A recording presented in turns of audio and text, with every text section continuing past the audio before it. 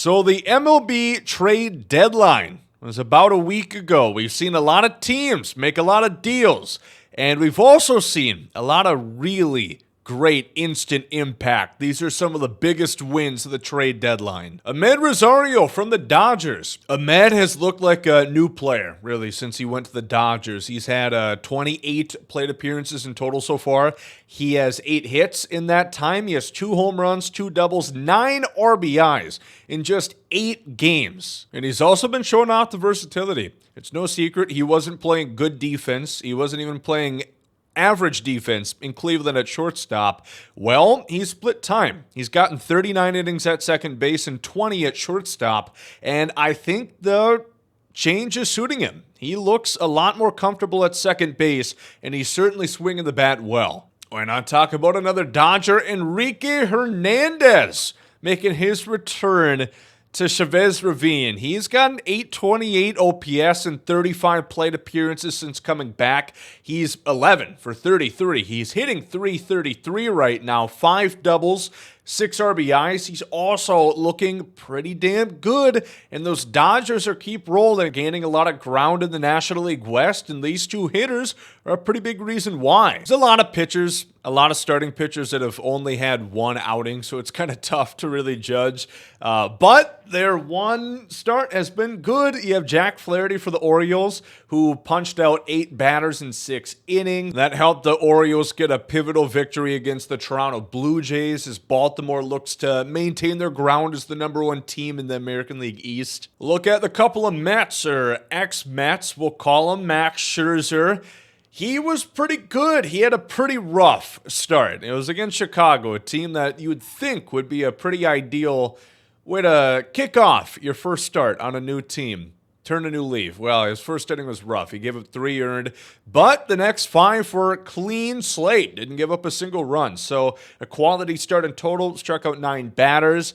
And Texas, they keep winning games. Houston is looking good, but Texas, it's going to be tough to pry away the division from them. And speaking of Houston, Justin Verlander, I can't wait until we get a matchup between these two. That's going to be much-watched television.